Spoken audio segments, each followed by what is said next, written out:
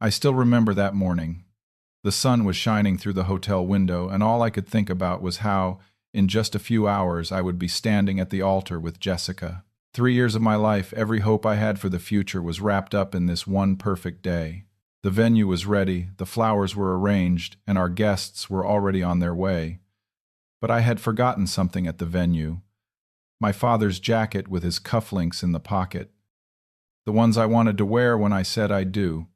So I drove back to get them. I wish I had never gone back. Before I tell you what happened in that venue, let me ask you something. Where are you watching from? Drop your location in the comments below.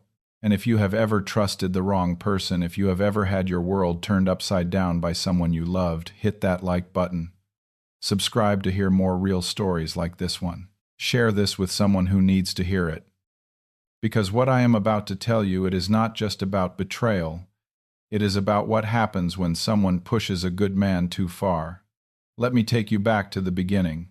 I met Jessica 3 years ago at a small coffee shop in downtown Seattle. It was one of those gray autumn mornings where the rain had just stopped and everything smelled like wet pavement and fresh espresso. She was sitting by the window sketching something in a notebook, and when I walked past her table, she looked up and smiled. Not one of those polite, dismissive smiles. A real one. The kind that made me stop and ask if the seat across from her was taken. She worked at an art gallery a few blocks away. I was a software engineer, spending my days writing code and debugging problems that most people would find incredibly boring. But Jessica did not find me boring. She listened when I talked about my work, asked questions that showed she actually cared, and when she talked about art, about the paintings she curated and the artists she represented, her whole face lit up. There was a passion in her voice that made me want to learn everything about her world. Our relationship developed the way good things do. Naturally. Effortlessly. We spent weekends driving up the coast, stopping at little towns neither of us had heard of. We cooked dinner together in my tiny apartment, laughing when we burned the pasta or oversalted the sauce. We stayed up late watching old movies, her head on my shoulder, my arm around her waist.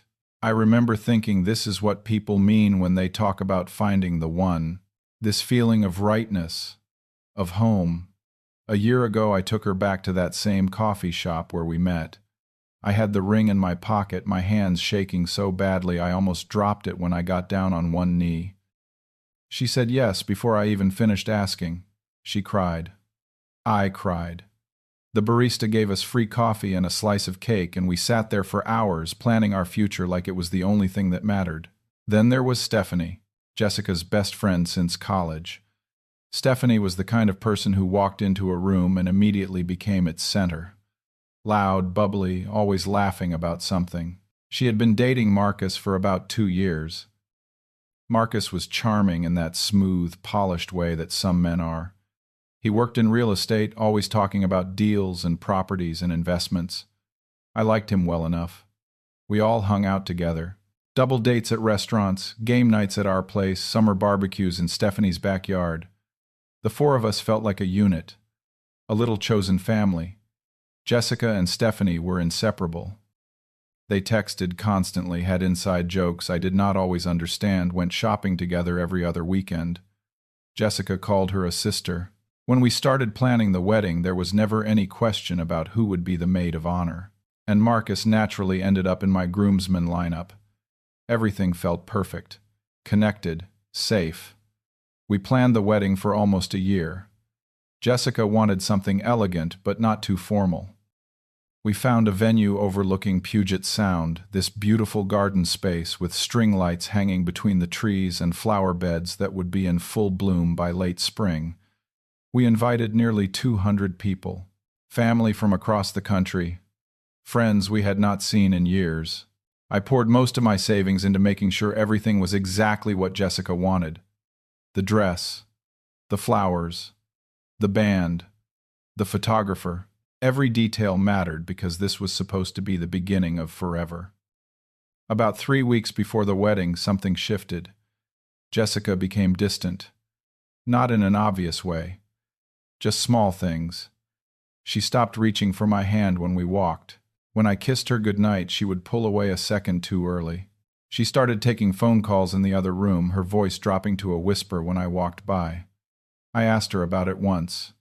She said it was just wedding stress, planning fatigue, cold feet maybe. I believed her because I wanted to. Because trusting someone you love means giving them the benefit of the doubt. Then I started noticing the texts. Late at night, her phone would light up on the nightstand and she would grab it, quickly angling the screen away from me. Once I saw a name flash across the display, just the letter M. When I asked, she said it was Marcus. Something about a surprise they were planning for Stephanie. A gift for being such a great friend through the wedding planning. It made sense. I pushed the uncomfortable feeling down and told myself I was being paranoid, that this was normal, that everyone gets a little weird before their wedding. The night before the ceremony, we did the traditional separation. I stayed at a hotel suite with my groomsmen. Jessica and her bridesmaids took over the bridal suite at the venue. I called her around 10 to say goodnight. She answered quickly, her voice bright but distant. I could hear Stephanie laughing in the background. Jessica said she loved me, that she would see me at the altar, and then she hung up. I stared at my phone for a minute, feeling something I could not quite name, but I shook it off, chalked it up to nerves. We spent the night playing poker, drinking beer, telling embarrassing stories about each other. Marcus was there, acting completely normal. At one point, he clapped me on the shoulder and said he was looking forward to the wedding, that Jessica and I were lucky to have found each other. I thanked him. I even bought him another beer. I had no idea what was happening just a few miles away. No idea that the person I trusted was already breaking everything we had built. I woke up at 7 a.m. The wedding was set for 2 in the afternoon. My stomach was doing flips, that nervous excitement you get before something huge. I got dressed with the groomsmen, putting on my tuxedo, adjusting my tie about 15 times because my hands would not stop shaking. Around 11, as I was going through a mental checklist, I realized I had forgotten my father's jacket. Not the tuxedo jacket. This was a different one. A brown leather jacket my dad had given me before he passed away. Inside the pocket were his cufflinks, the ones he wore at his own wedding. I wanted them with me. Needed them really. For luck. For connection. For him. The venue was only 20 minutes away. I told the guys I would be quick, that I would meet them there in an hour. I drove alone, windows down, trying to calm the butterflies in my chest. When I pulled up to the venue, it looked like something out of a magazine. The flowers were perfect, white roses and peonies everywhere. Chairs lined up in neat rows, facing an archway draped in greenery. A few staff members were putting finishing touches on the reception tables. I walked through the ceremony space, taking it all in, imagining what it would look like in just a few hours with everyone I loved watching us make our promises. I smiled. My chest felt tight with emotion. This was really happening. Then I remembered the jacket. The bridal preparation area was in a separate building toward the back of the property. I walked down a quiet hallway, my footsteps echoing on the hardwood floors. As I got closer to the room where Jessica was supposed to be getting ready, I heard voices. Her voice, low, intimate, and then another voice. Male. Marcus. I stopped walking. My brain tried to rationalize it. Maybe they were rehearsing something. Maybe Stephanie was there too, and I just had not heard her yet. Maybe this was still about that surprise. But the tone was wrong. Too soft. Too private. I stepped closer to the door, my heart pounding so hard I thought it might crack my ribs. I put my hand on the doorknob. Should I knock? Should I just leave and come back later? But something in my gut told me to open it. So I did. Slowly. Quietly. Still hoping I was wrong. The door swung open and time stopped. Jessica and Marcus were on the sofa, tangled together, kissing like they were the only two people in the world. His hand was on her waist. Her fingers were in his hair, and just a few feet away, hanging on a rack, was her wedding dress. The one she was supposed to wear to marry me in 3 hours. I stood there frozen. My brain refused to process what my eyes were seeing. This could not be real. This could not be happening. Not today. Not her. Not him. It felt like I stood there for an eternity, but it was probably only a few seconds. Then Marcus looked up. He saw me. His eyes went wide and he shoved Jessica away from him like she had burned him. She turned, following his gaze, and her face went pale when she saw me standing in the doorway.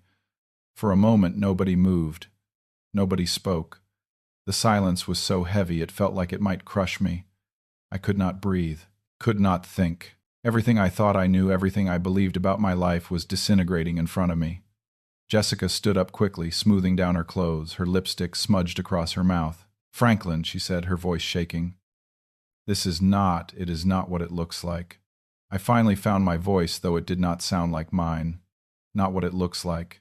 Really, Marcus stood too, trying to compose himself, running a hand through his hair. I looked at Jessica, forcing myself to meet her eyes. "How long?" She reached toward me. "Franklin, please let me explain." "How long?" I said again, louder this time. She flinched. "A few weeks," she whispered. "But it does not mean anything." Marcus tried to step forward. "Man, listen." I cut him off. "Do not. You do not get to speak." I turned back to Jessica. "Does not mean anything. We are getting married in 3 hours." She moved closer, her hands out like she was trying to calm a wild animal. "That is exactly why it does not matter. It was just physical. Just stress relief." I stepped back, the disgust rising in my throat. "Just physical, yes," she said, nodding like that made it better. "I love you. I am marrying you. This thing with Marcus, it was nothing, just release." I looked at Marcus. "And Stephanie, your girlfriend of 2 years," he shrugged, actually shrugged. "She does not need to know. This can stay between us." Jessica nodded quickly. "Exactly. No one needs to know. We can just move past this." I stared at them both, unable to believe what I was hearing. "Move past this. You expect me to just relax." "Please," Jessica said, her voice desperate. "Everyone is coming. The wedding is ready. Just relax." It was just physical. It meant nothing. That phrase echoed in my head. Relax. It was just physical, like my pain did not matter. Like 3 years of my life, my trust, my love could just be wiped away because it was convenient for her. Something inside me shifted. The heartbreak was still there, sharp and terrible, but underneath it something colder started to form, a clarity, a decision. I stood there staring at them both, and for a moment I did not say anything. My mind was racing, but not with the chaos you might expect. I was thinking strategically. My first instinct was to yell to destroy everything in that room, to call off the wedding right then and there and let everyone know what had happened. But then another thought crept in. 200 people were on their way. My family, her family, friends who had traveled from different states. The venue was paid for non-refundable. The food, the flowers, the band, everything was set. And Jessica and Marcus were standing there waiting for me to react, probably expecting me to either explode or crumble. Jessica stepped forward. "Franklin, say something." I took a deep breath, forcing my face into a mask of calm. "Okay." She blinked. "Okay, yeah," I said. "Okay. You are right. It was just physical. We can move past this." Her face flooded with relief. "Really? Oh, thank God, Franklin. I thought I cut her off. But I need some air. I need to process this."